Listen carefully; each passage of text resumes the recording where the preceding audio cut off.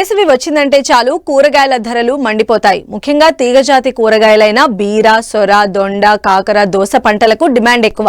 నీటి వసతి ఉన్న రైతులు అధికంగా బీరను సాగు చేస్తూ ఉంటారు. అయితే పెరుగుతున్న ఉష్ణోగ్రతలకు మొక్కలు సరిగా ఎదగకపోవడం, ఇటు చీడపీడలు అధికంగా ఆశించి దిగుబడులు తగ్గే అవకాశం ఉంది. కాబట్టి ఆయా ప్రాంతాలకు అనువైన రకాలను ఎన్నుకొని మేలైన యాజమాన్య పద్ధతులు పాటించినట్లయితే నాణ్యమైన అధిక దిగుబడులు పొందవచ్చని తెలియజేస్తున్నారు బెల్లంపల్లి కృషి విజ్ఞాన కేంద్రం కోఆర్డినేటర్ శివకృష్ణ.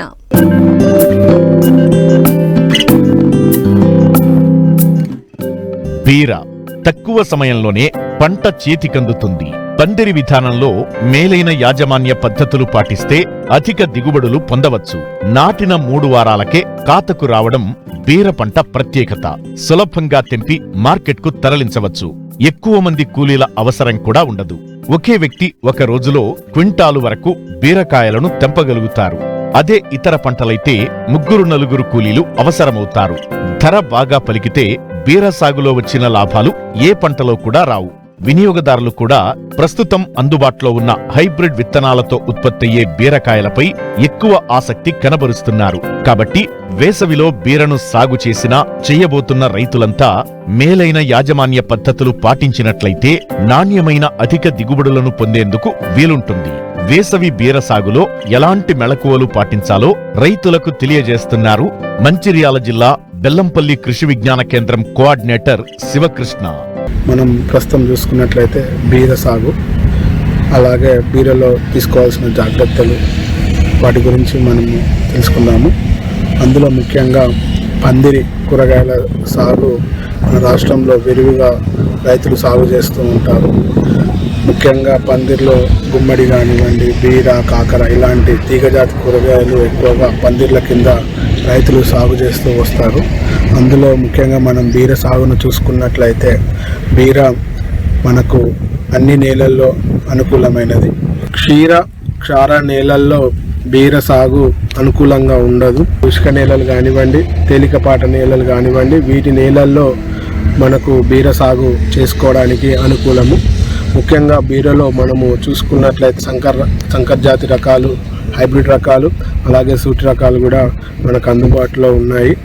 మనకు సంకర జాతి రకాలు NS3 కానివ్వండి, NS40 కానివ్వండి, సురేఖ ఇలాంటి రకాలు మనకు ఉన్నాయి. అలాగే మనకు సూటి రకాలు జగిత్యాల లాంగ్, జైపూర్ లాంగ్ ఇలాంటివి వేసవికి చాలా అనుకూలమైనవి. ఇంకోటి ముఖ్యంగా మనము బీర సాగు చూసుకున్నట్లయితే అధిక ఉష్ణోగ్రతలు, అంటే ఉష్ణోగ్రత ప్రభావం అనేది బీర సాగులో చాలా కీలక పాత్ర పోషిస్తుంది.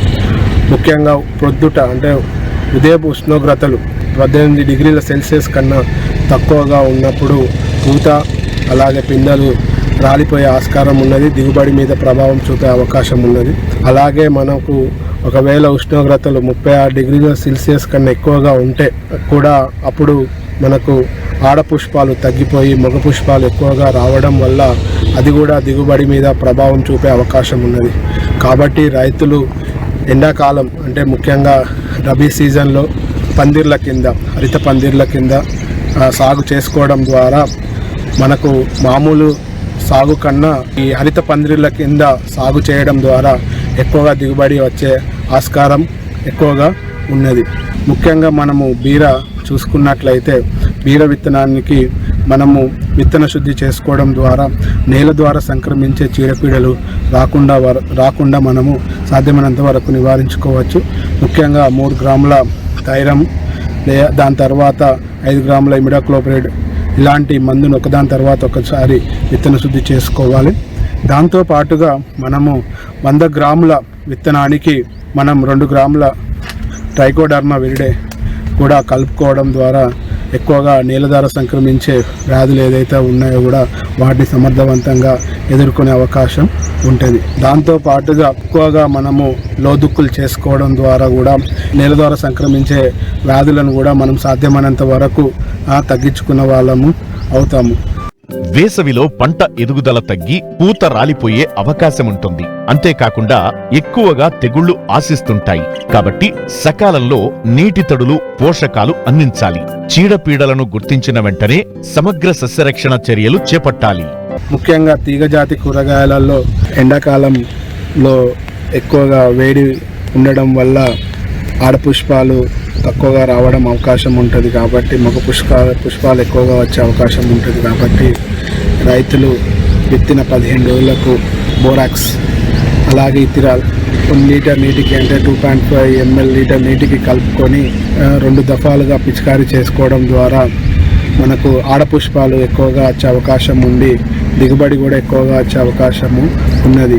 అలాగే వీటితో పాటుగా రైతులు ముఖ్యంగా ఎలాంటి చీడపీడలు రాకుండా నివారణ చేసుకోవడానికి ఫ్లై ట్రాప్స్ కూడా అమర్చుకోవడం ద్వారా కూడా పండు ఈగలు రాకుండా కూడా సాధ్యమైనంత వరకు నివారించుకోవచ్చు. అలాగే పోషక విలువలు కూడా మొక్కకు చాలా అవసరము కాబట్టి రైతులు యూరియా, డిఏపి, పొటాష్ అంటే ముఖ్యంగా మనకు భాస్వరం 30 నుంచి 40 కేజీల భాస్వరం ఇచ్చే ఎరువులను అలాగే 16 నుంచి 12 కేజీల పొటాష్ ఇచ్చే ఎరువులను మనకు వేసుకోవాలి. అలాగే యూరియాకి వచ్చినట్టయితే 32 నుంచి 40 కేజీల మన నత్రజని ఇచ్చే ఎరువును మనకు 2 దఫాలుగా అంటే సమపాలల్లో ముఖ్యంగా మనకు 20 రోజులకు అంటే 20 నుంచి 25 రోజులకు ఒకసారి అలాగే పూత పిందె వచ్చే సమయంలో 2వ దఫాగా వేసుకోవడం ద్వారా మనకు సరైన సమయంలో మొక్కకు పోషకాలన్నీ అంది ఆశించిన స్థాయిలో మనకు దిగుబడి వచ్చే అవకాశం ఉంటుంది. కాబట్టి రైతులు ముఖ్యంగా నీళ్ళు పెట్టే సమయము అంటే పువ్వు మొగ్గ దశలో నీళ్ళు పెట్టకుండా పువ్వు మొగ్గలు వేసిన తర్వాత కాయలు పిందె దశలలో మనకు చిన్నప్పుడు నీళ్ళు పెట్టుకోవడం చాలా ముఖ్యము. ఇంకోటి ఏంటంటే పందిర్లలో ఎక్కువగా మనము కూరగాయలు పెంచుకోవడం ద్వారా బీరకాయ కానీ మిగతా ఏదైనా కూడా తీగజాతి కూరగాయలు ఎక్కువగా మన బీరకాయలు వడి తిరగకుండా సమానంగా మంచిగా పెరుగుతాయి. దాని పెరగడం ద్వారా ఏమవుతుందంటే మార్కెట్లో కూడా వడి తిరగని కూరగాయలు కాబట్టి బీరకాయ ఎక్కువగా మనకు రేటు వచ్చే అవకాశం ఉంటుంది. మనము చూసుకున్నట్లయితే 60 నుంచి 90 రోజుల వ్యవధిలో మనకు బీరకాయలు పంట కోతకు రావడం జరుగుతుంది, రేటు కూడా రావడం జరుగుతుంది. ఇలాంటి చిన్న జాగ్రత్తలు తీసుకోవడం ద్వారా మనకు రైతులు ఆశించిన దిగుబడి సాధిస్తారని నేను అనుకుంటున్నాను.